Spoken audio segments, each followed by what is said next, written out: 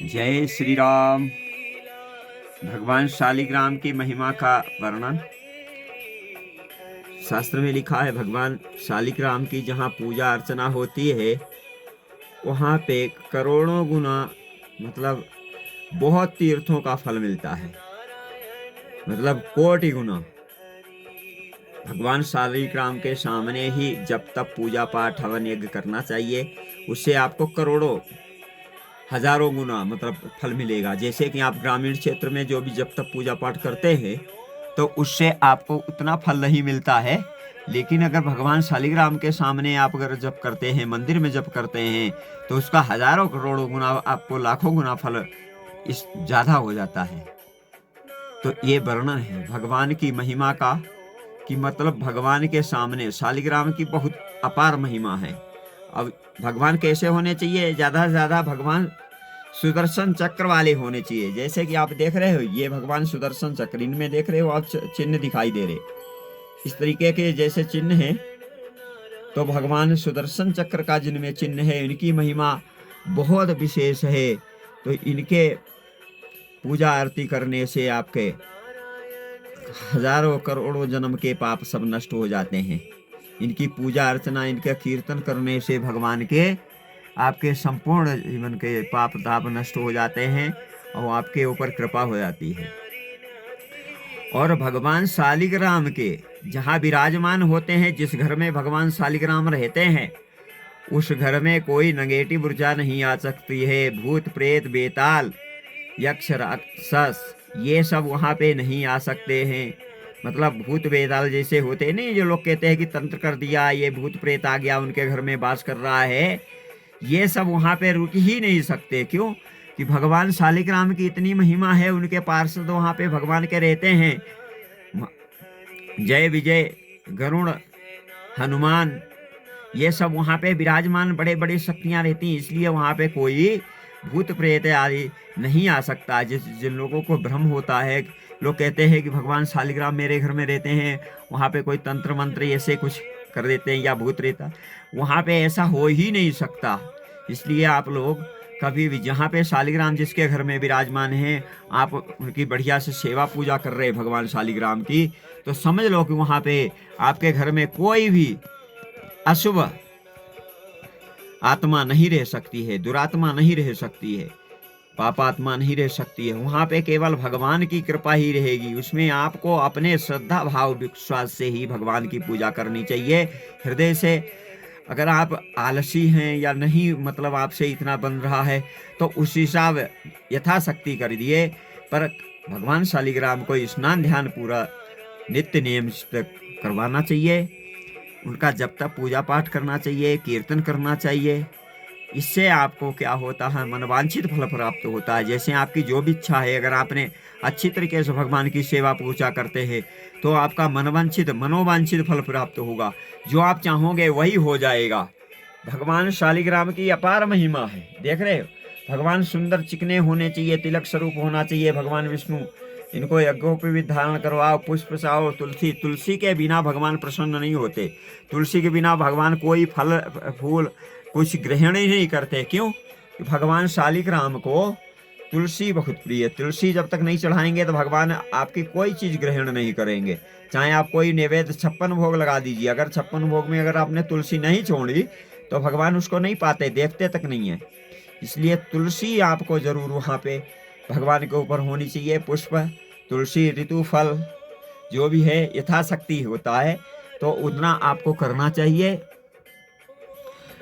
और भगवान की महिमा जो है, इसके बारे में तो कोई वर्णन नहीं कर सकता। स्कंद पुराण में ऐसा और पद्म पुराण, सभी पुराणों में ऐसा ही वर्णन है कि भगवान की जो पूजा आरती स्तुति है, अगर जो भी करता है, कोई अकारण मतलब जिससे विशेष मंत्र तंत्र नहीं आते, क्योंकि इसमें क्या प्राण प्रतिष्ठा की जरूरत नहीं है। अगर आपने इनको नहला दिया, तिलक कर दिया, तब भी आपको वैकुंठ लोक में की प्राप्ति होगी। भगवान की सेवा करने वाला कभी माँ के गर्भ में नहीं आता है, ये वर्णन है। मतलब जो भगवान शालिग्राम की सेवा करता है वो दूसरा पुनर्जन्म नहीं लेता। भगवान वैकुंठनाथ, भगवान विष्णु के लोक को जाता है और विष्णु भगवान के पास में रहता है। जो विशेष शालिग्राम की पूजा करता है, जिसके पास सैकड़ों शालिग्राम विराजमान हैं हमेशा, और खूब उनको नहलाता धुलाता आरती पूजा स्तुति करता है, उससे परम वैष्णव है। भगवान उसको अपने निकट रखते हैं हमेशा। कहते हैं करोड़ों कल्प तक उसका वास वैकुंठ में होता है। मतलब भगवान के पास में ही रहता है। भगवान उसको अपने पास में बहुत नजदीक रखते हैं, क्योंकि भगवान की सेवा करने वाला अगर किसी उससे कोई अपराध भी अगर किसी कारण बन जाता है तो भगवान उसको क्षमा कर देंगे। लेकिन ये नहीं है कि तुम नित्य कोई गलत काम करते हो, अपराध करते हो, तो ये ठीक नहीं है, वो और कोटि गुना बढ़ जाएगा। इसलिए भगवान की आरती पूजा स्तुति करने के लिए, उनको नहलाने धुलाने के लिए, तो भगवान के जो है दर्शन बढ़िया से विधि विधान से करो और उनकी आरती पूजा स्तुति करो, जिससे कि आपका कल्याण हो। और भगवान की महिमा के बारे में तो विशेष अब क्या कह सकते हैं। जो भगवान शालिग्राम सुदर्शन चक्र हैं, ये तो सभी आपकी कामनाएं पूर्ण करके पाप ताप को सबको भस्म कर देते हैं आपके। अब जैसा भी कोई भी हो, अब कहते हैं कि जो शालिग्राम भगवान की पूजा अर्चना करता है, उनके ऊपर कोई भी संकट नहीं आ सकता है, कोई तंत्र मंत्र यंत्र उनके ऊपर नहीं चल सकता है। इसलिए इनकी विशेष महिमा है।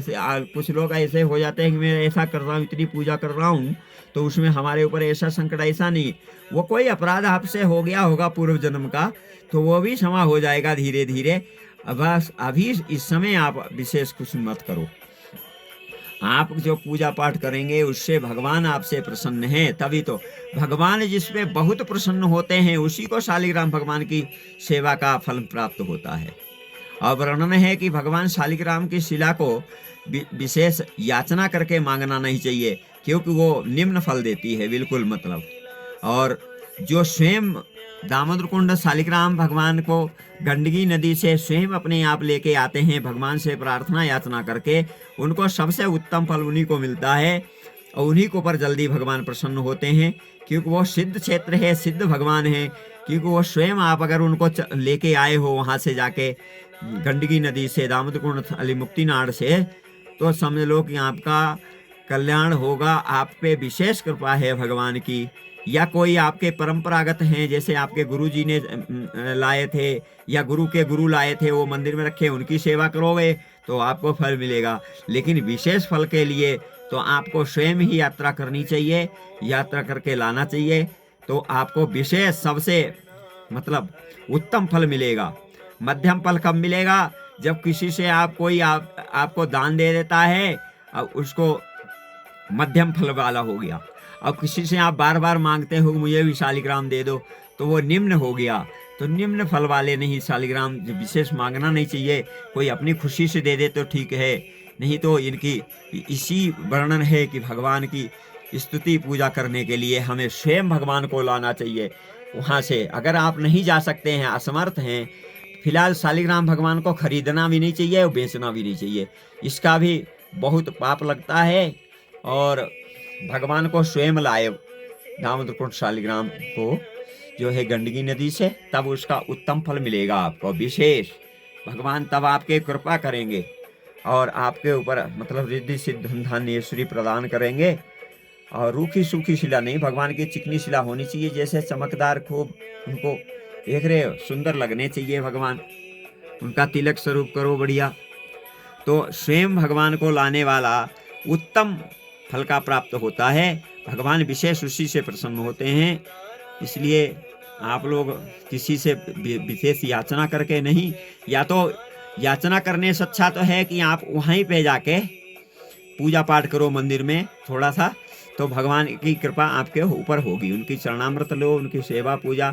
आपको कुछ नहीं है तो वहाँ पे भगवान को दान दीजिए, पुष्प चढ़ाइए और भगवान की सेवा के लिए नैवेद्य दान दीजिए, तो उससे भी आपको फल मिलेगा। क्यों? आप जो दान दे रहे हैं तो उससे भगवान को भोग लग रहा है, भगवान उस अन्न को ग्रहण कर रहे हैं। तो अगर आप सेवा नहीं कर सकते तो आप दान दे सकते हैं, तो उससे भी हर तरीके से भगवान प्रसन्न होते हैं। जरूरी नहीं है कि सबको सेवा ही करनी हो, तो जो सेवा नहीं कर सकते हैं वो दान दे सकते हैं। तो भगवान की सेवा में आप तो वो जो सब भगवान की सेवा में अर्पण करेंगे तो भगवान को अब मिलेगा, तो उससे आपका कल्याण होगा, भगवान प्रसन्न होंगे। तो ये कर सकते हैं। भगवान शालिग्राम की अपार महिमा है। इसके बारे में जितना हमें ज्ञान है मैं आपको उतना बता रहा हूँ और आगे बताते रहेंगे। तो इसलिए आप सभी के ऊपर जय श्री राम, जय श्री हरि, जय बद्री विशाल।